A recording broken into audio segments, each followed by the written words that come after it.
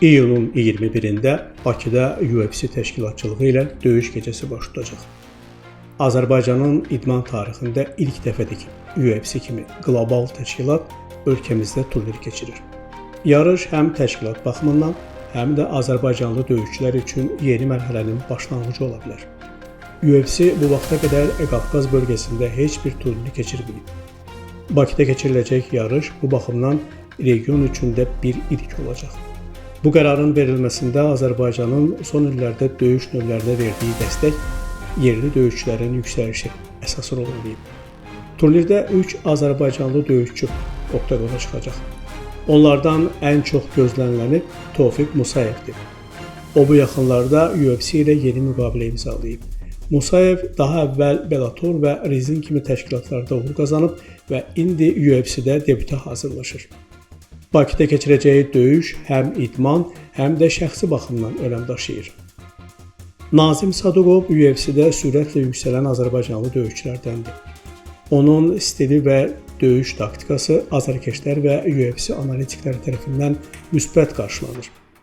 Sadıqov üçün Bakıda döyüşmək həm məsuliyyət, həm də motivasiya olacaq. Rafael Fiziyev isə artıq UFC-də tanınmış sayılmalı.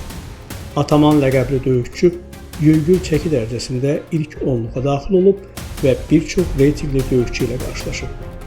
Onun çıxışı bu turnirə beynəlxalq marağı da artıracaq. Bakıdakı döyüş gecəsi təkcə idman hadisəsi deyil. Turnir dünyanın 150-dən çox ölkəsində yayımlanacaq. Bu, Azərbaycanın tanıtımı baxımından ciddi fürsətdir.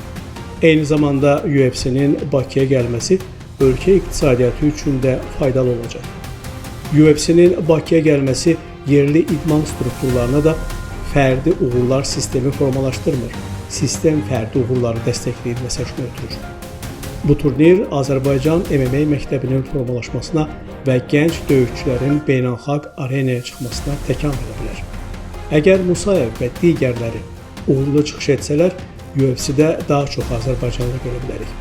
Bu isə yeni sponsorlara, dəstəkçilərə və məşq strukturlarına ehtiyac yaradacaq və ya onları bu sahəyə cəlb edəcək. UFC 259 sadəcə bir turnir deyil, həm də gələcək planlamalar üçün sınaq meydanıdır. Yarışın təşkilatı tərəfləri uğurlu alınsa, UFC növbəti illərdə Bakını regional mərkəz kimi nəzərdən keçirə bilər. Eyni zamanda bu turnir ölkədə döyüş növlərinə marağın